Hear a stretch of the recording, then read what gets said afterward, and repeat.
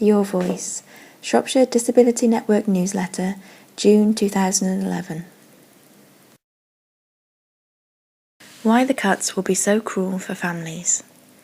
Think Tank Demos has explored how the cuts will affect disabled people, calculating what they will mean for 5 typical disabled families. Our research showed that far from being protected from the worst of the cuts, disabled families across the country face dramatic reductions in their household incomes to the tune of $9 billion, it says in its new publication. This research only told half the story.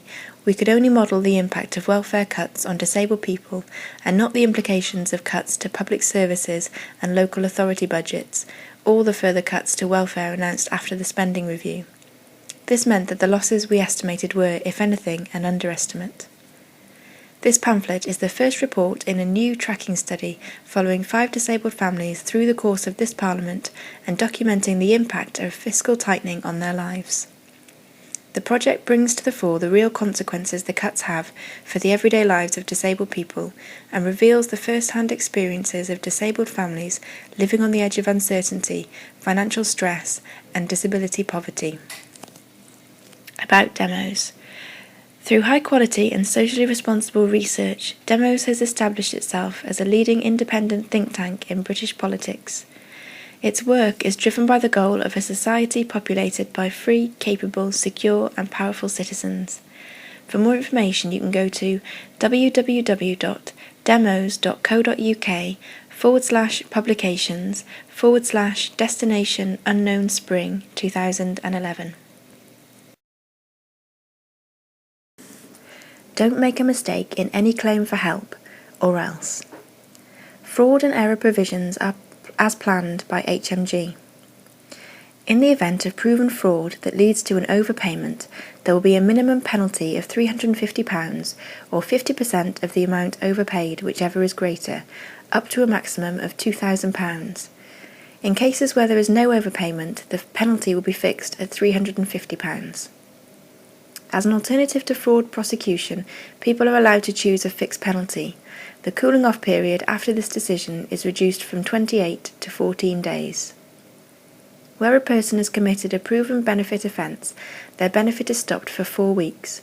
This will be extended to 13 weeks for those convicted of a first benefit offence. There will be a 26-week sanction for a second offence and a 3-year sanction for those who have committed a third offence. An immediate 3-year loss of benefit for serious organised benefit fraud cases. As now, hardship payments at a reduced rate will be available for vulnerable groups.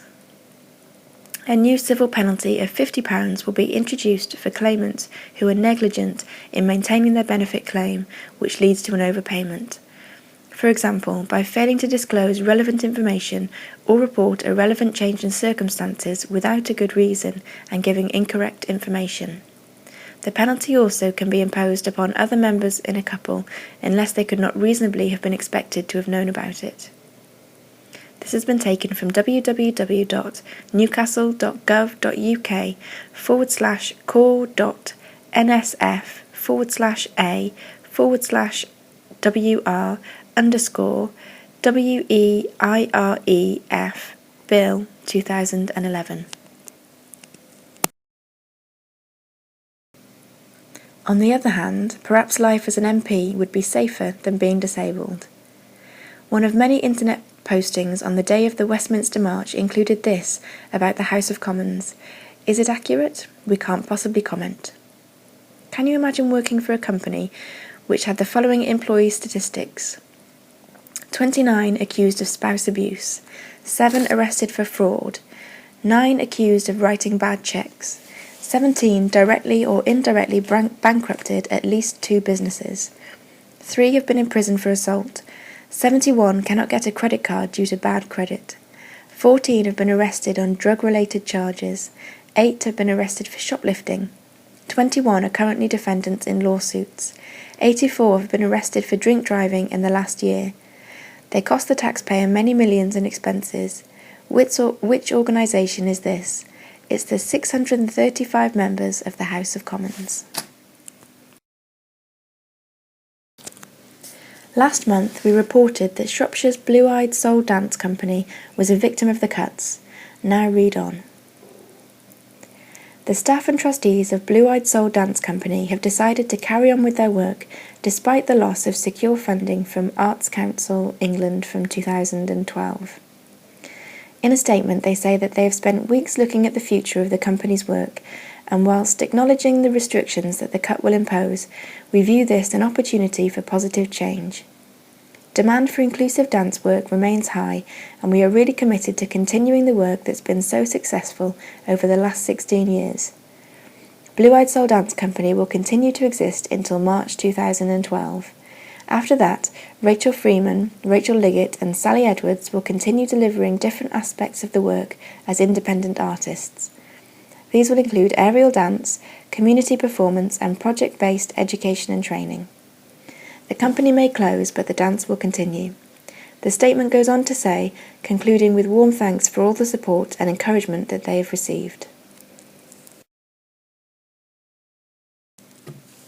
Job Centre staff briefed on handling suicide threats. According to a senior Job Centre employee, staff have been sent guidelines on how to cope with clients who say they will kill themselves. A document sent to Job Centre staff details what it calls a new policy for all Department for Work and Pensions businesses to help them manage suicide and self-harm declarations from customers. The guidelines say some customers may say they intend to self-harm or kill themselves as a threat or a tactic to persuade, and others will mean it. It's very hard to distinguish between the two. For this reason, all declarations must be taken seriously. The Guardian source said, absolutely nobody has ever seen this guidance before, leading staff to believe it has been put together ahead of the incapacity benefit and disability living allowance cuts. We were a bit shocked. Are we preparing ourselves to be like the Samaritans? The fact that we've dealt with the public for so many years without such guidance has made people feel a bit fearful about what's coming. We've suddenly got this new aspect to our job. The bigger picture is people here are wondering how savage these cuts are going to be, and we're the frontline staff having to deal with the fallout from these changes. The DWP said that the new guidelines were not related to any recent policy changes and had been in development since 2009. This guidance is about supporting our staff and ensuring that we help our customers. It is right that a customer-facing organisation that serves over 20 million, including the most vulnerable in our society, has guidance such as this in place. Julie Tipping, an appeals officer for Disability Solutions, represents claimants who try to overturn decisions made following work capability assessment tests that they are fit for work. She says that in the last year, 2 of her clients had made real attempts at suicide after a decision was made that they were fit to work. Both were taken to hospital and subsequently sectioned. It's real and true. A lot of people think these people are crying wolf to get their money, but that's not the case. They are suffering from real problems and can't face it anymore. Tipping said that the pressure on vulnerable clients was the cumulative effect of all these welfare changes. The test is simply not fit for purpose for assessing mental health problems. That's on top of moving people onto job seekers allowance and all of the conditionality and risk of sanctions that goes with that. The Guardian recently reported that some job centres were setting targets for advisors to stop people's benefits for not meeting conditions attached to their job seekers allowance.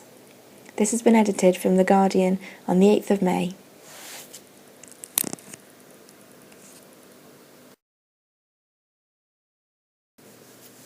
Campaign urges disabled to get eye-to-eye with their MPs. Radar believes it's vital that MPs hear directly from disabled people about the issues that affect them. That's why until the end of June it's encouraging people with disabilities to meet their local MP and find out how he or she can help them, or if they're even willing to do so. This follows from the hardest hit day on the 11th of May, when disabled people gathered in London to protest against the cuts that are hitting those with disabilities the hardest. Dialogue with MPs provides an extra opportunity for the disabled to state their case. The aim of this scheme is to encourage disabled constituents and local disability organisations to engage in the democratic process and be more confident about meeting their MPs. Give MPs of all parties increased confidence to communicate with and effectively represent their constituents living with a disability or health condition. Information about the Radar initiative is available on www.radar.org.uk/radar website/tabid/124/default. If you have any questions, please email campaigns@radar.org.uk. If you would like to know which MPs are on the Commons Committee responsible for the Welfare Reform Bill, you can use the following link: carerwatch.wordpress.com/tag/incapacity-benefit.